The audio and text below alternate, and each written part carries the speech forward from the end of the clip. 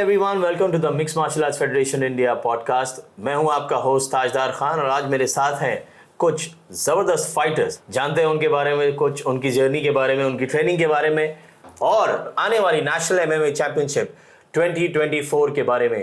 तो हमारे सबसे पहले फाइटर हमारे साथ हैं, आज हम उनका वेलकम करते हैं हमारे पॉडकास्ट में, मिस्टर विजय साल। Hi Vijay, welcome. Hello Taj, to the mix martial arts federation India podcast. How are you? कैसे हैं आप? I'm fine, I'm doing good. How are you? All good. तो विजय, आपका 2022 और 2023 तो बहुत बेहतरीन रहा। दोनों में आपने बैंटमवेट कैटेगरी में बहुत ही ज़बरदस्त फाइट की और आप जीते। Yes. तो उसके बारे में तो हम पूछेंगे। सबसे पहले पूछते हैं विजय, आप कहाँ से हो और आपकी जो ट्रेनिंग है एमएमए में वो कब शुरू हुई? I'm born and brought up in Mumbai and I belong from Odisha and Oh, nice. Training चालू करके मैं 3 साल हो गया मुझे ट्रेनिंग चालू करके। ओके। 2020 में मैंने लॉकडाउन बाद डिसाइड किया था कि मैं अभी मार्शल आर्ट्स चालू करूंगा और मुझे ये नहीं पता था कि आज मैं नेशनल चैंपियन बन के यहाँ पे आज इंटरव्यू दूंगा आपको। Nice, so good journey. 2020 में आपने चालू किया ट्रेनिंग और उसके बाद 3 साल की जो आपकी 3-4 साल की जो ट्रेनिंग है वो चली रही है। उसी में 2 बार आप नेशनल एमएमए चैंपियनशिप 2022 में और 23 में आप जीते हैं, तो उसके लिए तो ढेर सारे बताइए। Thank you. उसके बाद थोड़ा जानते हैं आपके इंस्पिरेशन ज्यादा कौन रहे हैं? एमएमए आप देखते आए हैं, तो आपके इंस्पिरेशन। स्टार्टिंग में मैं जब 9th-10th में हुआ करता था, जब मैं 15-16 साल की उम्र में था, तब मैं बहुत WWE देखा करता था। हाँ बिल्कुल, हम सब देखते हैं। तो जब मैं बड़ा हुआ, फिर जैसे मुझे मैच्योरिटी आया, जैसे मुझे समझ में आया कि ये फेक है, ये स्क्रिप्टेड है, तो मैं शिफ्ट किया रियल चीज में। तो मैं जब UFC देखना चालू किया, स्टार्टिंग में मैं कॉर्नर को ही देखता था। कॉर्नर मैकग्रेगर सब जानते हैं, कॉर्नर एक कॉर्नर में बैठ के कॉर्नर को देखते थे।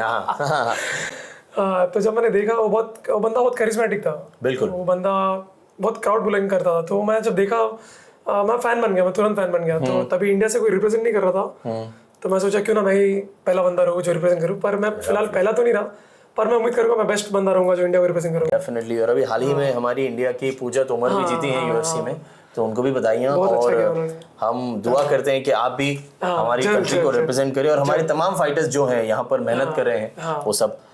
चलिए जानते हैं आपकी थोड़ी बहुत ट्रेनिंग के बारे में। आपकी कोई टिपिकल ट्रेनिंग का डे आपको याद है जब आपने नहीं बहुत ज़्यादा मेहनत करी है, या कुछ ऐसा एक घटना उस दिन, या कुछ एक स्पेसिफिक चीज़ जो आपको हमेशा याद रही, जो आप एवरीडे में यूज़ करते हो? मैं ये मतलब एक चीज़ कहूँगा कि जब मैं ट्रेनिंग करता हूँ मैं बहुत खुश रहता हूँ। अच्छा। और जब मैं ट्रेनिंग नहीं करता हूँ तो वो बहुत रिग्रेट होता है मुझे। उस दिन उस रात मैं ठीक से रह नहीं पाता। So training day is your happy day. It's happy. Basically, if you want to get happy, you just start training. It releases dopamine of mine and I'm very happy on that day. Lovely. आपका जो question था precisely कि मैं कौन से particular दिन में नाराज था, ऐसा बोलूँगा तो मेरे जो इंजरीज के डेज थे, जब मैं अपने पैर को इंजरी करके लिया था लास्ट, जो माफी का कैंप था 2023 का, वो दिसंबर में था मैच हमारा। और अक्टूबर 8 या 9 तारीख को मुझे याद है, हम किक बॉक्सिंग का स्पार कर रहे थे। तो हमारे क्लास में कैसा पूरा वॉल फेंसिंग है। अच्छा। तो वो मैट्स पे हम किक बॉक्सिंग का स्पार कर रहे थे, तो जो मेरा सामने वाला पार्टनर था, हम दोनों ही स्पार कर रहे थे। अच्छा फ्लो चल रहा था और हम थोड़ा हार्ड जाना चालू किए, थोड़ा एग्रेसिव चालू हो गया। थोड़ा हार्ड कर रहे चालू क्योंकि अब कैंप अभी खत्म होने आ रहा था। तो जैसे ही वो बंदा ने, हम स्टैंड अप के पोस्टर पे थे हम लोग, तो थोड़ा सा उसने पुल बैक किया और मेरा लो किक तब तक लैंड हो चुका था।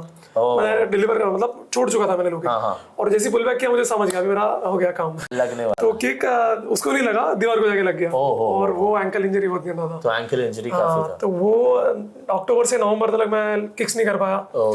और मेरे जो माफी का मैच था उसमें मैंने किक्स, मेरे कोच ने साफ मना किया था कि लो किक्स नहीं मारना है, लो किक्स नहीं मारना है बस। तो वो लेकिन उसके लिए भी एक स्ट्रैटेजी आपकी रही होगी, क्योंकि उसके बाद जो माफी का चैंपियनशिप आया उसमें आप जीते। तो उसमें आपकी क्या स्ट्रैटेजी रही थी? मेरा ये मानना है कि मैं कुछ एक पर्टिकुलर डायमेंशन के हिसाब से नहीं चलता। जब मैं चलता हूँ तो सब चीज़ों को, सब एस्पेक्ट को लेके साथ में चलता हूँ। चाहे वो स्टैंड अप हो, चाहे वो ग्रैपलिंग हो, चाहे वो प्रेजेंस ऑफ द ऑक्टागन हो, चाहे वो ज्योग्राफी मेंटेन करना हो। तो फिर हमने स्टार्टिंग से ही डे 1 से मेरा वो एम्फेसिस रहा है कि मैं ग्रैपलिंग में ध्यान दूं। रेसलिंग किंग है, रेसलिंग एमएमए, तुम एमएमए कर रहे हो, रेसलिंग नहीं आ रहा तो प्रॉब्लम है। बिल्कुल। तो डिफेंसिव रेसलिंग में मैंने ध्यान दिया, ऑफेंसिव रेसलिंग पे भी ध्यान दिया मैंने। स्ट्राइकिंग तो मैं करने से रहा क्योंकि लो किक मेरा जाने नहीं वाला है। Of course. तो डिफेंस में आपने मतलब मैंने डिफेंस और ग्रैपलिंग सामने वाले को मार के नहीं थका के हराओ, ऐसा कुछ। मेरा एंड्योरेंस मैंने ऊपर रखा था और सामने मेरा पूरा प्लान वही था कि इसको थका के लूं। और ये कैंप जो ये वाला माफी था, मैं फिनिश उतना कर नहीं पाया। सारे मैचेस मैंने डिसीजंस पे गए। सेकंड मैच जो था वो सिर्फ फिनिश हुआ क्योंकि वो वहाँ पे मैं थोड़ा लेवरेज पे था, मैं एडवांटेज था, क्योंकि मुझे रेस्ट करके कल अगले दिन आके फिर से फाइट करना है, क्योंकि कंटिन्यूस 2 दिन था और 3 फाइट्स हमें करना था, तो मैं फटाफट मैच खत्म करूँ, अगले दिन रिकवर हो गया, अच्छे से आऊँ मैं, तो मेरा एम्फेसिस उसमें था, तो इसलिए मैच मैंने फटाफट खत्म किया। तो अभी इंजरी जो है एंकल वाली, वो एंकल वाला तो फिलहाल फरवरी में ठीक हो गया, पर और एक बैड न्यूज था कि फरवरी में मेरा सर्जरी हुआ नोज का, वो लास्ट अप्रैल से कैरी ऑन होते आ रहा है। अच्छा, तो अभी is it better now? I am recovering right now. You are recovering right now. I had a surgery previously in March, हाँ, and the doctor told me that you can't take any damage on your face for 3 months, and 3 months have passed by, and the doctor has still kept me on hold. He told me 2 more months, then I can start now. Then I can go hard. I'm sure you can definitely go hard. Of course. और जैसे आपने बताया कि strategy last fight में जो आपकी रही कि लो किक्स नहीं मारना है और सामने वाले को थका के मारना है, तो इस जो अगली फाइट आ रही है उसमें कुछ उसमें स्टैंड अप रहेगा, मैं गारंटी देता हूं, उसमें stand up. You will be on your toes. और stand and back, and you'll make sure the opponent is not on his feet. Yeah. He would be sleeping. Oh, that's a good one. चलिए कुछ achievements के बारे में, आपके goals के बारे में पूछते हैं। नेशनल MMA चैंपियनशिप आप जो जीते, 2 बार आप जीते, और अगर इस बार भी आप जीते तो आपकी हैट्रिक हो जाएगी बैंटमवेट कैटेगरी में। तो how much does it mean to you personally और प्रोफेशनली? जो पहला नेशनल मैंने जीता था उसका फीलिंग तो लाइफ में कुछ भी वो मैच नहीं करने वाला। जो मैंने पहला नेशनल जीता था, वो जो फीलिंग है, वो जो नॉस्टैल्जिया है, उसको कुछ चीजें जिंदगी में मैच नहीं करने वाला, इतना तो मैं गारंटी देता हूँ। अच्छा, और रही बात हैट्रिक की, तो मैं खुद श्योर नहीं हूँ कि मैं आगे माफी वाला खेल पाऊंगा, नहीं खेल पाऊंगा, क्योंकि फिलहाल मैं इंजरी से चलता आ रहा हूँ, और मैं प्रे करूंगा कि मैं फुल एफर्ट देके मैं खेलूँ, मैं ट्राई करूँ खेलने का, कि क्योंकि कल का गारंटी नहीं है, कल मैं अगर इंजर्ड हो गया तो प्रॉब्लम हो जाएगा। और रही बात दूसरा नेशनल चैंपियनशिप का, उसके पहले मैं सेटबैक, मैंने जैसे बताया मैं लोगों की इंजरी से चलते आ रहा, तो मैं कर लिया कैसे भी, लेकिन थर्ड टाइम मैं वो रिस्क नहीं लूंगा। थर्ड टाइम मैं पूरा हेल्दी होके अच्छे से खेलने को ट्राई करूंगा। But it is said that your comeback is always stronger than your setback, and I'm sure you're gonna do really well. कुछ एडवाइस जो है आप देना चाहेंगे जो अभी हाल फिलहाल में जो बच्चे हैं, बहुत ट्रेनिंग ले रहे हैं MMA की, उनके लिए, क्योंकि 3-4 साल आपको भी हो गए, थोड़े बहुत एक्सपर्ट तो आप भी हो।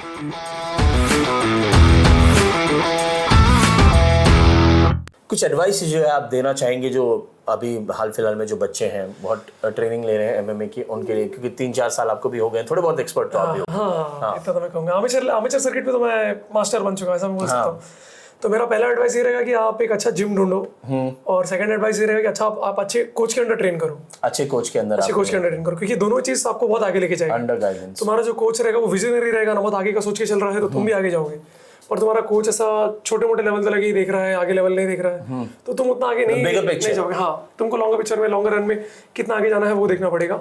तो मेरा एडवाइस वही रहेगा। और लोग रहेंगे, क्रिटिसिज्म होते रहेगा, बिल्कुल, लोग तो बुरा बोलते ही रहेंगे, लोग अच्छा बुरा वो सब सुनना तुम्हारा काम नहीं है। तुम्हारा काम करते रहो, कितना एफर्ट तुमने दिया वो मैटर करता है, 100%। और कल से कितना तुमने इंप्रूवमेंट किया वो मैटर करता है। बस मेरा ये मानना है। Competition should be you and what you were doing earlier, how much better you did from yesterday, all that matter. So that's a good one. How do you see the sport of MMA evolving in the next few years? जैसे पहले तो USA में ही start हुआ, उसकी नींव रखी गई, but of late हम देख रहे हैं कि दुनिया के कोने-कोने में, ऑल ओवर द वर्ल्ड बहुत चल रहा है।